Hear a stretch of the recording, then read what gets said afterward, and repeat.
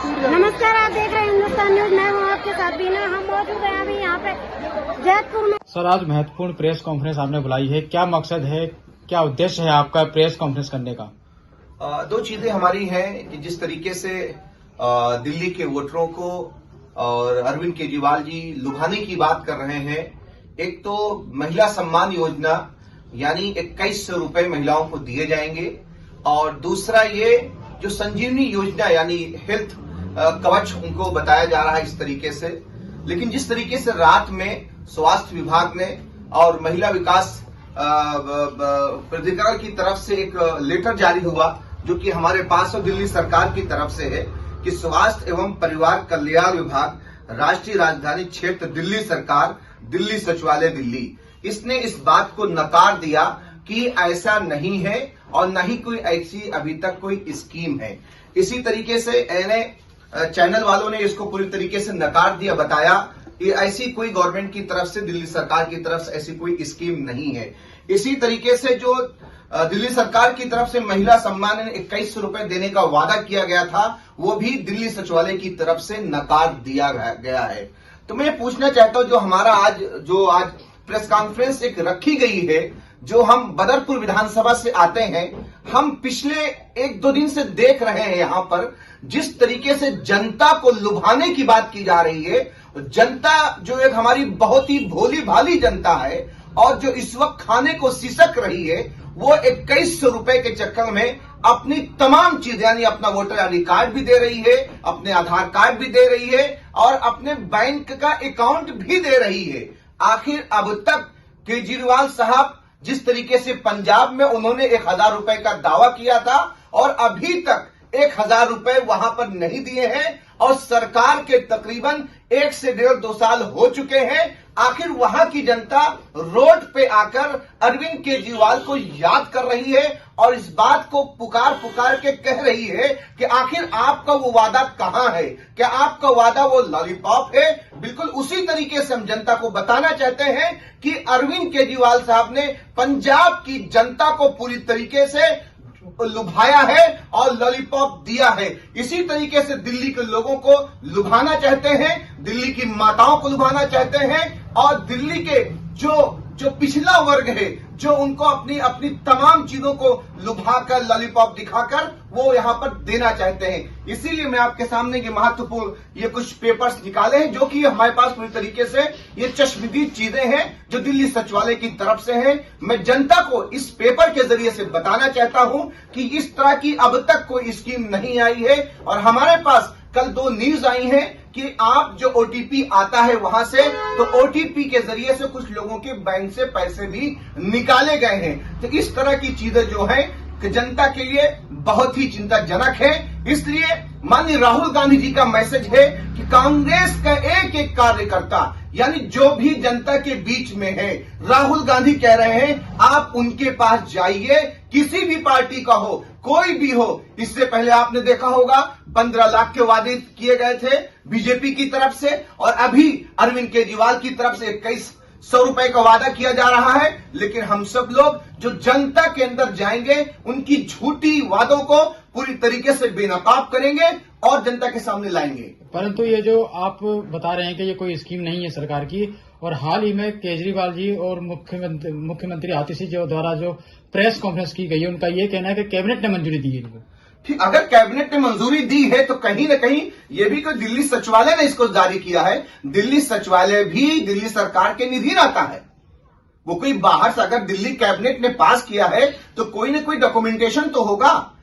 भाई दिल्ली की जनता भोली भाली है, पढ़ी लिखी नहीं है, आप उसको बेवकूफ बनाएंगे इस तरीके से। इसलिए मैं पेपर लेकर आया हूं, पूरे बदरपुर विधानसभा में इस पूरे पेपर को चिपकाऊंगा जाके। जो आदमी जो लैंग्वेज जानता है, अगर कोई भोजपुरी जानता है तो मैं उसको भोजपुरी में लिखवाऊंगा, उसके घर घर के बाहर चिपकाऊंगा जाकर। उसी तरीके से बिल्कुल अगर कोई इंग्लिश जानता है, इंग्लिश में उसके घर के बाहर लगाऊंगा जाकर। हिंदी जानता है तो हिंदी में लगाऊंगा। हाल ही में रेवड़ी वाला कार्यक्रम इन्होंने किया, रेवड़ी पर चर्चा, गली गली मोहल्ले मोहल्ले घर घर गए लोग, तो इसको किस तरह से देखते हैं आप? देखिए, ये तो केजरीवाल का एक एजेंडा ही रहा है कि हम किसी भी तरीके को जनता के पास उस तरीके से जाए, एक इवेंट बना दें, हम एक इवेंट बनाकर अपनी झूठी चीजों को इस तरीके से जनता के सामने रखें, वो सच दिखें। लेकिन हम लोग तैयार हैं। आपकी वो रेवड़ियां जो हैं, वो जो आपका जो एक सिस्टम तैयार किया जाता है कि हम एक मोबिलाइज करते हैं, परसेप्शन क्रिएट करते हैं और जनता के सामने बताते हैं अपने आप को कि हम बेचारा हैं, हमें काम नहीं करने दिया जाता है। लेकिन मैं कहना चाहता हूं, आज अगर 2100 रुपए वाली बात है, अगर उनकी कैबिनेट ने इसको पास किया है, जीतने के आप ये कहोगे कि हमें महामुहिम, हमारे दिल्ली के राज्यपाल हमें काम नहीं करने दे रहे हैं। लेकिन आपने जनता का तो वोट ले लिया है ये कहते हुए कि आपको 2100 रुपए देंगे, लेकिन उस वक्त आप ये कहेंगे हमें महामुहिम जी, राज्यपाल जी हमें काम नहीं करने दे रहे हैं। आखिर जनता का क्या कसूर होगा? इसी बहुत सारी चीजों में आप डीटीसी में जो हमारे जो बस चालक हैं और जो हमारे ड्राइवर हैं, जो कंडक्टर हैं, आपने उनको अब तक क्यों उनको पूरी तरीके से रोजगार क्यों आपने नहीं किया है? उनकी जो तनख्वाह है 12,000 रुपए है, 18,000 रुपए है। जो मार्शल है आपने उनको परमानेंट नहीं किया है। आप ये फिर कहते हैं कि राज्यपाल हमें काम नहीं करने दे रहे हैं। ये अरविंद केजरीवाल की दोहरी राजनीति है। जनता के सामने कुछ कहते हैं लेकिन अंदर से साठगांठ कुछ और करते हैं। सकते हैं उन्होंने किया हो, लेकिन जनता को पूरी तरीके से ठगा है, जिसमें से हमने आपको एक एक करके वादे गिनाए हैं, जिसमें से आपने हमें नहीं बताए हैं। लेकिन आपको अगर उनके मैनिफेस्टो को पढ़ेंगे जरूर उनके तकरीबन 100 वादे थे, जिसमें से 1-2 वादे उन्होंने किया है और पूरी तरीके से वो फ्लॉप रहे हैं। चाहे वो एजुकेशन का मामला रहा हो, चाहे स्वास्थ्य का मामला रहा हो, चाहे रोड का मामला रहा हो, चाहे फ्लाईओवर का मामला रहा हो, चाहे मेट्रो का मामला रहा हो, चाहे पार्क का मामला रहा हो, कोई भी मामला रहा हो, वो पूरी तरीके से उसमें मतलब असफल काम रहे हैं। इसीलिए उन्होंने अपने आप को बेचारा साबित करते हुए अपने एक कार्यकर्ता आतिशी जी को सीएम बना दिया, ताकि हम जनता हमें ये दोष न दे सके हम कुर्सी के पीछे नहीं भागते हैं। हमने एक अपने कार्यकर्ता को सीएम बना दिया है। क्या लग रहा है जिस तरीके की जो अभी केजरीवाल की योजना चल रही है, ये जनहित की नहीं है, आप ऐसा मानते हैं? देखिए, जनहित के सिस्टम में है ये चीज।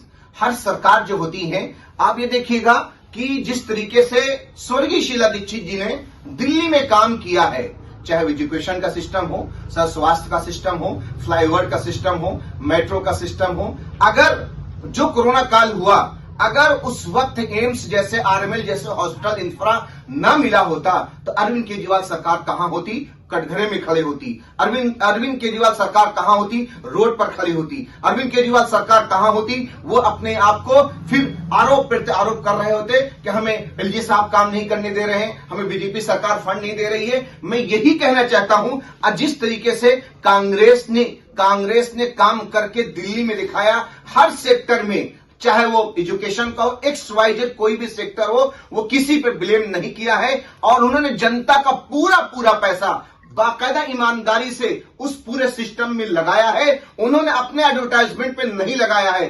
अगर आज के अरविंद केजरीवाल जो दिल्ली के मुखिया हैं, कोई भी एक स्कीम पास करते हैं, उसका 1 रुपए सिर्फ जमीन पर आता है और 99 रुपए उनको सिर्फ प्रचार प्रसार में लग जाता है। मैं जनता को यही बताना चाहता हूं, अरविंद केजरीवाल पूरी तरीके से जनता को लुभा रहा है और जनता को अपने लॉलीपॉप के जरिए से बेवकूफ बना रहा है। लेकिन कांग्रेस का एक एक कार्यकर्ता, कांग्रेस का एक एक सिपाही उनकी तमाम स्कीमों को बेनकाब करेगा और पूरी तरीके से बदरपुर से लेकर करारी से लेकर हर सेक्टर में, हर जगह जाएगा विधानसभा में और उनको बेनकाब करेगा, जिसमें वो हर विधानसभा स्तर पे, हर बूथ स्तर पे और अपने तमाम पार्षद स्तर पे जो भी डाटा होता है उसके जरिए से वो लोगों तक पहुंचना चाहते हैं और लोगों को अपनी स्कीमों को, जो कि इनकी स्कीम नहीं होती है, वो लॉलीपॉप होती है, उनको बताना चाहते हैं। और एक जो अहम मुद्दा है, वो डाटा कलेक्ट कर रहे हैं और फिर यही डाटा वो कहीं ना कहीं बड़ी बड़ी कंपनियों को बेचेंगे जाकर,